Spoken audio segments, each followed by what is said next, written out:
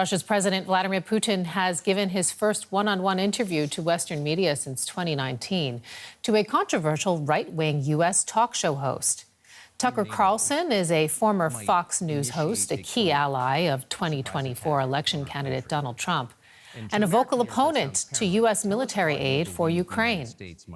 He traveled to Moscow to conduct the interview, which was broadcast on the Tucker Carlson Network. The Russian president used the occasion to push for recognition of Moscow's interests, depicting Russia as a victim of Western betrayal and fearmongering. Now, Carlson left Putin largely unchallenged, and in a video from the Tucker Carlson Network, some questions led to jokes rather than real answers. Have a look. Who blew up Nord Stream? You for sure. I was busy that day. Nate, do you have I did not blow up Nord Stream. Thank you, though. And there were also more serious exchanges during the 2-hour interview in which Putin repeated his claim that his invasion of Ukraine was necessary to protect Russian speakers there and to guard Russia against NATO. In further comments, Putin said that it was impossible to defeat Russia in Ukraine and pointed to Kyiv's refusal to conduct talks with Moscow. In more video from the Tucker Carlson Network, Putin also said that Russia would never attack Poland or the Baltics. Have a listen. Can you imagine a scenario where you sent Russian troops to Poland?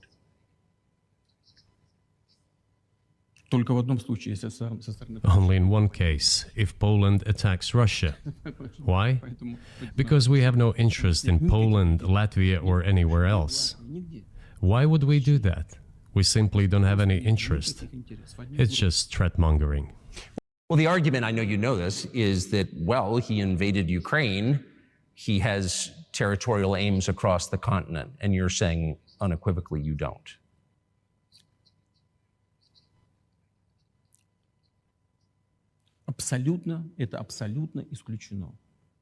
It is absolutely out of the question. You just don't have to be any kind of analyst. It goes against common sense to get involved in some kind of a global war. And a global war will bring all humanity to the brink of destruction. It's obvious.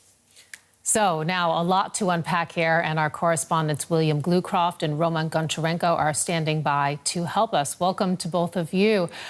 You know, many voices, they have ridiculed this interview and dismissed it as a useful propaganda tool for Putin, among them former U.S. Secretary of State Hillary Clinton. Let's listen to what she had to say, and then I want to get your reaction. Like a puppy dog. You know, he somehow has, after having been fired from so many outlets in the United States, I would not be surprised if he emerges with a contract with a Russian outlet, because he is a useful idiot. He says things that are not true. He parrots Vladimir Putin's pack of lies about Ukraine.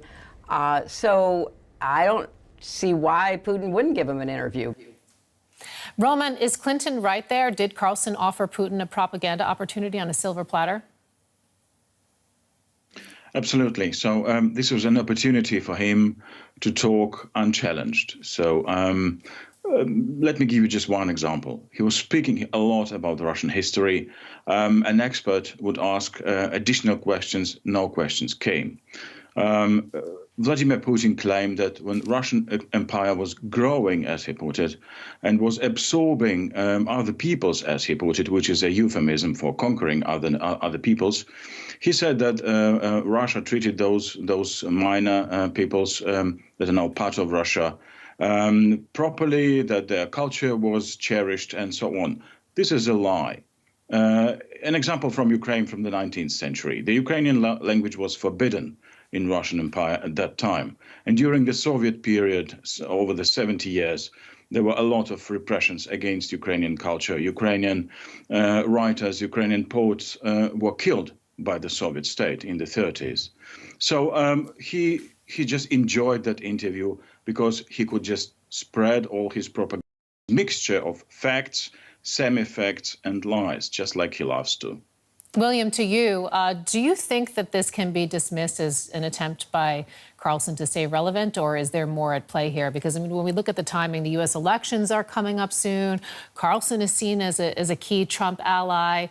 There's an aid package up for a vote with regard to Ukraine. What do you make of the timing? Right. There's a lot of moving parts here, as you've pointed out. And of course he wants to be relevant. In that regard, Tucker Carlson is very much like the so-called corporate liberal mainstream media, pick your adjective, that he so lambasts and criticizes. Any media personality, any media institution wants to get big gets like this, big interview partners like this, and is willing to compromise some journalistic values. It's called access journalism. You give up some of your journalistic integrity or your right to criticize in order to get access to powerful people. It happens in the West, in the United States, in European countries all the time to be able to get those big gets, those big interviews, to then have a splashy, widely viewed, widely talked about interview. So in that regard, Tucker Carlson's just following a very standard media playbook, very much the same playbook that he often criticizes. Okay, but what's the bottom line, William? Because, I mean, Tucker Carlson, he had a huge following when he was on Fox News. When we look at the Tucker Carlson Network now, does the interview have any real power, would you say, to sway U.S. voters? Are they paying attention? I mean, we're gonna have to, that's kind of a wait and see question, but overall, I mean, he does have wide reach. He has a popular following. His YouTube and Twitter channels, where he mostly broadcast, has several 100,000 or up to even several million subscribers, also his personal accounts. These videos on Twitter, if you can believe Twitter's numbers, which it can be questionable, has over 100 million views, although that's much higher than the YouTube viewership so far at about 5.5 million. So given the Musk, Carlson, Putin sort of triumvirate that was referred to in that Putin-Carlson interview, it might be a little questionable of Twitter or X's numbers. Nonetheless, it has wide reach, and it has the widest reach, really, possibly on other networks, right? We're all talking about it. We are all talking about Tucker Carlson. So again, to go back to my previous answer, as much as Tucker Carlson criticizes corporate media or mainstream media, he very much needs platforms like us and like other broadcasters to help replicate and reproduce that message, because he's getting major playtime today. Let's bring this to the geopolitical level. Roman, you've been covering Ukraine for years. What do you make of the timing through that lens? Do you think that Putin has a very clear focus on the U.S. election and the potential to change U.S. policy at this point, especially with regard to its support of the war in Ukraine? Yes, I think the timing is very accurate. Just a few weeks before the important primaries in the United States, the Super Tuesday, and with Donald Trump gaining power, we see that already, that he's actively influencing U.S. policies towards Ukraine. And it is also for Germany, for countries in Europe here, where we also have elections this year. And when we talk about Germany, there are two parties, one of them new, just established, the party of Sarah Wagenknecht, the left party, who left the left party, and now she has a party of her own. One of the major topics of this new party is peace and pacifism, and she demands, Sarah Wagenknecht, to stop delivering weapons to Ukraine. And this is basically what Putin is saying. He says, you want this war to stop? No problem. Just stop giving weapons to Ukraine and there will be peace.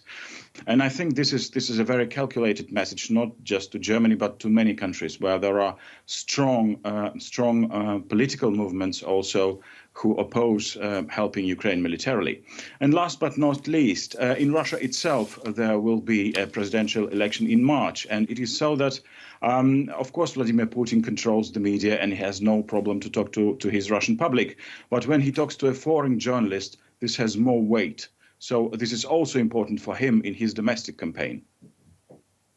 Okay, William and Roman, thank you so much for your reporting, for putting this all into context for us. We appreciate it.